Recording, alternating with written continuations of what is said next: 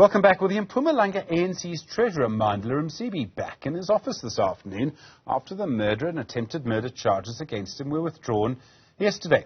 He was accused of 2 counts of murder, 1 of attempted murder, for an incident during a highly contested political meeting. That led to shots being fired at where the victims were eating at a Shisanyama. Msibi was then elected to the position while he actually faced the criminal charges. Under the ANC step-aside rule, he had to step aside until they were withdrawn in court yesterday. Khanya Vilakazi is a political analyst at the University of Mpumalanga. Khanya, thanks for your time. Good afternoon. So, Mandla Msibi now goes back to his position. He occupies the position really for the first time. Do you think all of this hangs over him, or is he now in that position cloud-free and able to implement his agenda? Well, I think with the NPA provisionally withdrawing the charges, it then gives him his opportunity to be part and parcel of the ANC collective in Mpumalanga, and I think his seat has been weighted with bated breath in terms of his participation in the ANC in Mpumalanga. He must have quite a lot of support in the ANC. I mean, to win this position at the time he faced those charges, I mean, that suggests that there's strong support for him. Yes, there is quite a bit of support, and I think Mandla Msibi is an instrumental player in Mpumalanga as a province politically, and I think with everything that he's gone through, I think him saying last year that these charges are politically motivated only brings credence to what he said when the NPA would provisionally withdraw the charges. Well, it goes smack bang into the big debate around the ANC step-aside rule. The people who oppose the rule say that someone can lose out because they have to step aside. Zandile Gumede is perhaps a good example. I'm sure she will use the Msibi case as an example of this.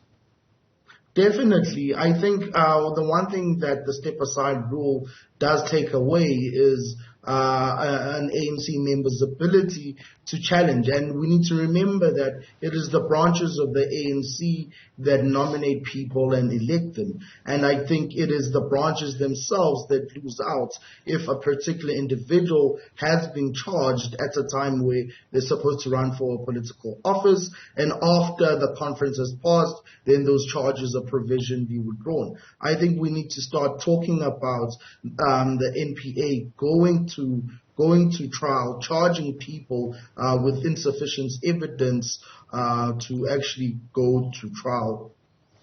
What's going to happen with this in December? I think, the President and others made the point during the ANC's policy conference that if the ANC were to sort of turn its back on the step-aside rule, turn its back on renewal, well, then it would really suffer when voters get a chance to speak in 2 years' time. At the same time, we've got people like Zandile Gumede, Mandla Msibi and others who are saying that they're losing out personally. I mean, on one level, it's easy to say there are no easy answers here. On another level, you could say, look, for the good of the party, you actually do just have to simply step aside. Otherwise, the ANC is going to lose out itself.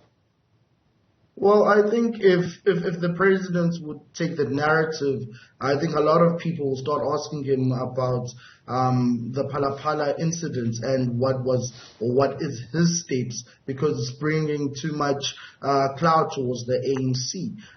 But to speak beyond that point, the issues of Zandile Gumede and Etegwini, we have seen that she is a very big player in the region, and the support that she was able to garner being out of politics for about four years, I think that shows that the step-aside rule can at times hurt an individual. But now the voters themselves, what are their likelihood to vote for the ANC if a person that has been asked to step aside comes back? Well, it depends on the party, because we all know that the ANC runs a party-led electoral campaign and not an individual-led electoral campaign.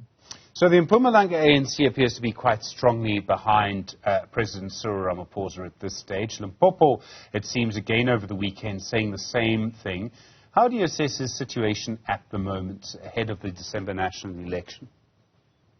I think the president can have a strong backing from PEC members, but one thing that has come to light is the fact that PEC members only represent a small fraction of people that could vote, because provincial politics and national politics can and are separated. Somebody that might not be good for a particular slate at a provincial conference could look as a potential candidate at a national conference. So for now, it's too early to say, because the numbers have not collated. The nomination process has not actually been open for people to start openly contest.